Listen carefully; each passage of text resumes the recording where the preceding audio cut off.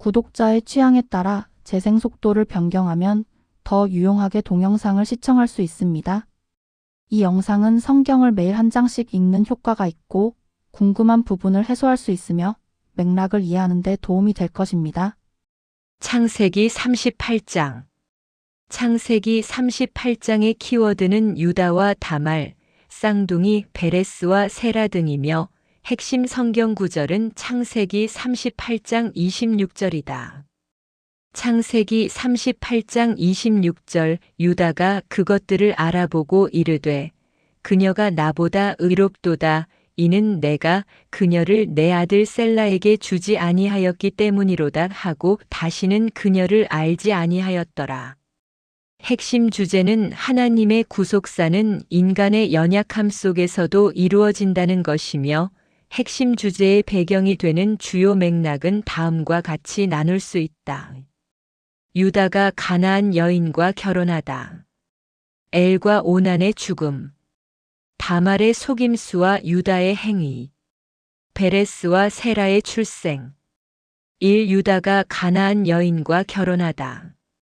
창세기 38장 1절부터 5절. 그때에 유다가 자기 형제들로부터 떠나 내려가서 히라라는 이름의 어떤 아둘람 사람에게로 가니라. 유다가 거기서 수아라는 이름의 어떤 가나안 족속의 딸을 보고 그녀를 취하여 그녀에게로 들어가니 그녀가 수태하여 아들을 낳음에 그가 그의 이름을 엘이라 하니라. 그녀가 다시 수태하여 아들을 낳고 그의 이름을 오난이라 하며 그녀가 또다시 수태하여 아들을 낳고 그의 이름을 셀라라 하니라. 그녀가 셀라를 낳을 때에 유다는 그 집에 있었더라. 유다는 형제들을 떠나 가나안으로 가서 수아의 딸과 결혼하고 그녀에게서 세 아들을 오난 셀라를 얻는다. 유다가 가나안 여인과 결혼한 것은 언약 백성으로서의 정체성을 잃을 위험을 상징한다. 아브라함의 후손들은 이방 문화와 구별된 삶을 살아야 했으며 유다의 선택은 이러한 기준에서 벗어난 행동이다. 하나님의 언약이 유다의 잘못에도 불구하고 계속 이어진다는 점은 하나님의 신실하심을 보여주신다. 신명기 7장 3절 4절. 또 그들과 결혼하지 말지니 내 딸을 그의 아들에게 주지 말며 내 아들을 위하여 그의 딸을 취하지 말지니라. 그들이 내 아들을 돌이켜서 나를 떠나게 하므로 그들이 다른 신들을 섬기리니 그러면 주의 분노가 너희를 향해 타올라 갑자기 너를 멸하리라. 창세기 17장 7절. 내가 내 언약을 나와 너와 내 뒤를 이을 내 씨 사이에 대대로 세워 영존하는 언약으로 삼고 너와 내 뒤를 이을 내 씨의 하나님이 되리라. 이 엘과 오난의 죽음. 창세기 38장 6절부터 10절. 유다가 자기의 맏아들 엘을 위하여 아내를 취하였는데 그녀의 이름은 다말이더라. 유다의 맏아들 엘이 주의 눈앞에 사악함으로 주께서 그를 죽이시니 유다가 오난에게 이르되 내 형수에게로 들어가서 그녀와 결혼하여 내 형에게 씨를 일으키라 하매 오난이 그 씨가 자기 것이 되지 아니할 줄 알았으므로 자기 형수에게로 들어갈 때에 자기 형에게 씨를 주지 아니하려고 그 씨를 땅에 흘리니 주께서 그가 행한 일을 기뻐하지 아니하셨으므로 그도 죽이시니라. 유다는 첫째 아들 엘을 다말과 결혼시키지만 엘은 악하여 하나님께서 그를 죽이신다. 유다는 둘째 아들 오난에게 형수와 동침하여 형의 자손을 이으라고 하지만 오난도 이를 거부하여 죽임을 당한다. 하나님은 악한 자를 심판하시며 생사화복을 주관하신다. 오난의 행동은 자신의 책임을 다하지 않은 불순종으로 이는 하나님의 섭리를 방해하려는 시도로 간주된다. 오난이 형의 자손을 잇는 것을 거부한 이유가 성경에는 기록되어 있지 않지만 혹시 조카가 출생함으로써 아버지의 유산이 조카에게 넘어가는 것을 막기 위한 의도는 아닐까? 성경이 직접 유산을 명시하진 않았지만 본문 자체가 경제 상속 동기를 충분히 추론할 수 있다. 직접적 단서는 9절이다. 오난이 그 씨가 자기 것이 되지 아니할 줄 알았으므로. 여기서 자기 씨가 되지 않는다는 것은 태어날 아이가 법적으로 형 엘의 아들이 되며 그 아이가 엘의 몫을 잇게 되고 오난의 상속 지분은 줄어든다.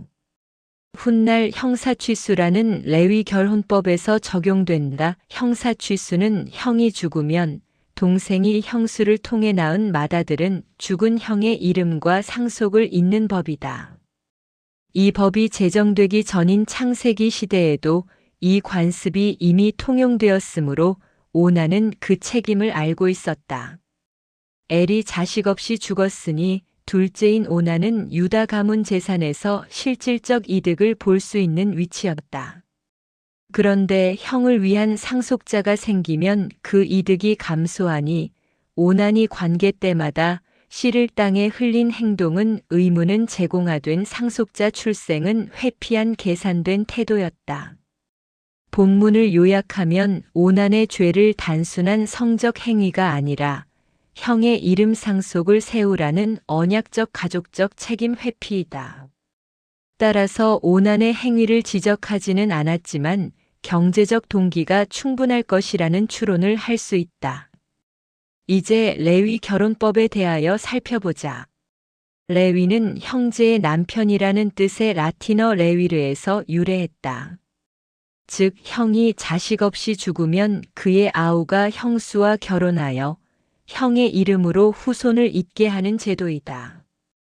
이는 혈통과 유산 그리고 가문의 이름을 보존하려는 이스라엘 공동체의 구속사적 질서의 관습이다. 신명기 25장 5절 6절 형제들이 함께 거하는데 그중 한 명이 죽고 아이가 없거든 그 죽은 자의 아내는 나가서 남에게 시집가지 말 것이요 그녀의 남편의 형제가 그녀에게로 들어가 그녀를 아내로 취해 남편의 형제된 의무를 그녀에게 행할 것이며 이로써 그 여인이 낳는 맏아들이 그 죽은 형제의 이름을 잇게 하여 그의 이름이 이스라엘에서 끊어지지 않게 할 것이니라. 3. 다말의 속임수와 유다의 행위. 창세기 38장 11절부터 26절. 이에 유다가 자기 며느리 다말에게 이르되 내 아들 셀라가 장성할 때까지 내 아버지 집에서 과부로 지내라 하니 이는 그가 말하기를 셀라도 자기 형들같이 죽을까 염려하노라 하였기 때문이더라. 다말이 가서 자기 아버지 집에 거하니라.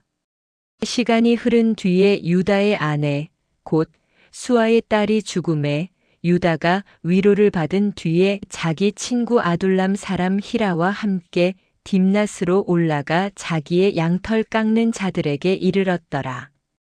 어떤 이가 다말에게 고하여 이르기를 보라 내 시아버지가 자기 양들의 털을 깎으려고 딥낫으로 올라간다라 하므로 그녀가 자기의 과부의 옷을 벗고 베일로 몸을 가린 채 몸을 감싸고 딥낫으로 가는 길 곁에 트인 곳에 앉았으니 이는 셀라가 장성하였음을 그녀가 보았는데도 그가 그녀를 그의 아내로 주지 아니하였기 때문이더라.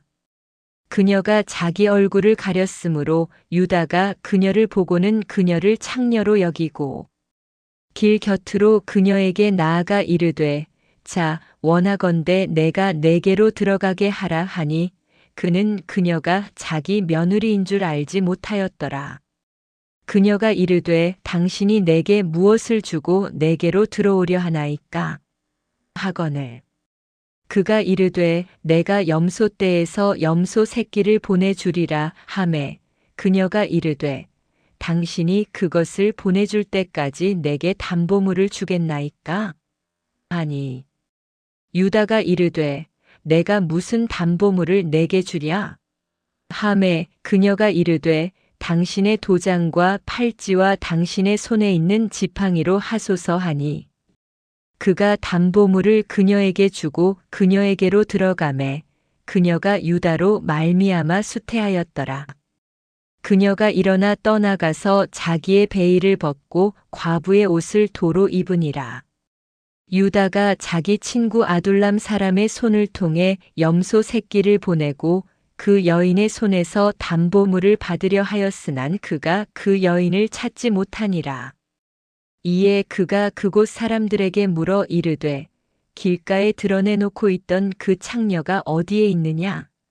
하니 그들이 이르되 이곳에는 창녀가 없었느니라 하매 그가 유다에게 돌아와 이르되 내가 그녀를 찾을 수 없고 그곳 사람들도 말하기를 이곳에는 창녀가 없었느니란 하더라 하니 유다가 이르되 그녀가 그것을 갖게 하라.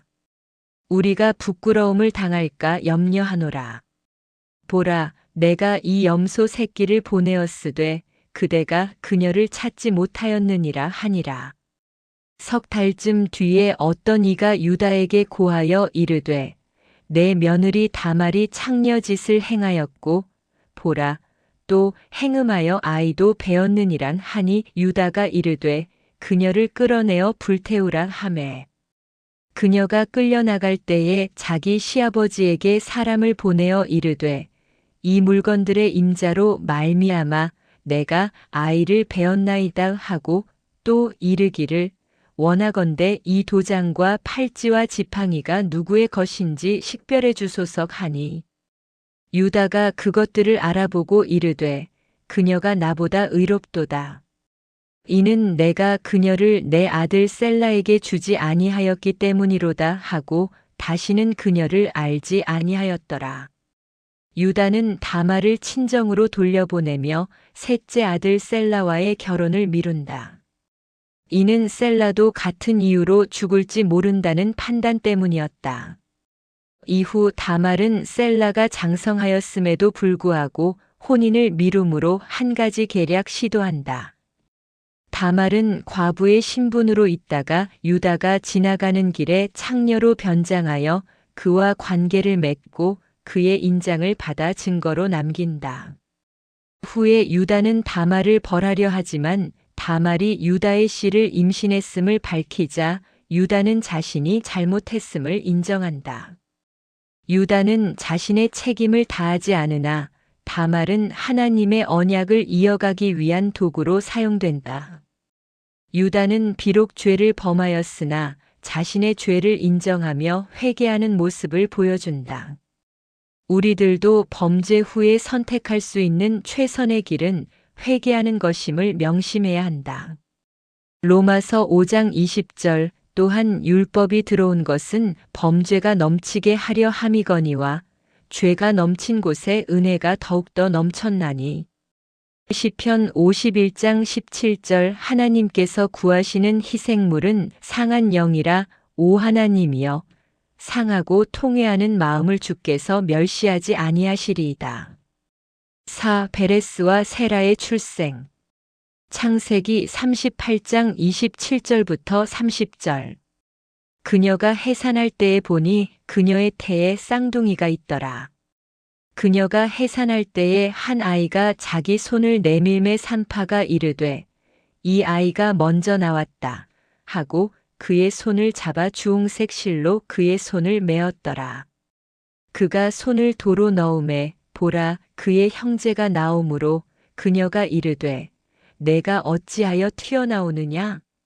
이 찢어짐이 내게 있으리라 하였으므로 그의 이름을 베레스라 하였고 그의 형제 곧 손에 주홍색 실이 있는 자가 뒤에 나오니 그의 이름을 세라라 하였더라.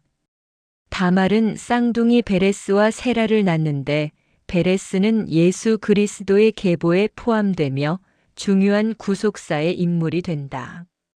베레스의 출생은 하나님께서 인간의 부족함 속에서도 구속사를 이어가시는 증거이다. 이사야 55장 8절 9절. 내 생각은 너희 생각과 다르며 내 길은 너희 길과 다르니라. 주가 말하노라. 하늘들이 땅보다 높음같이 내 길은 너희 길보다 높으며 내 생각은 너희 생각보다 높으니라. 아멘. 주 예수여 속히 오시옵소서. 더 널리 알리기 위하여 구독, 좋아요를 부탁드립니다. 감사합니다.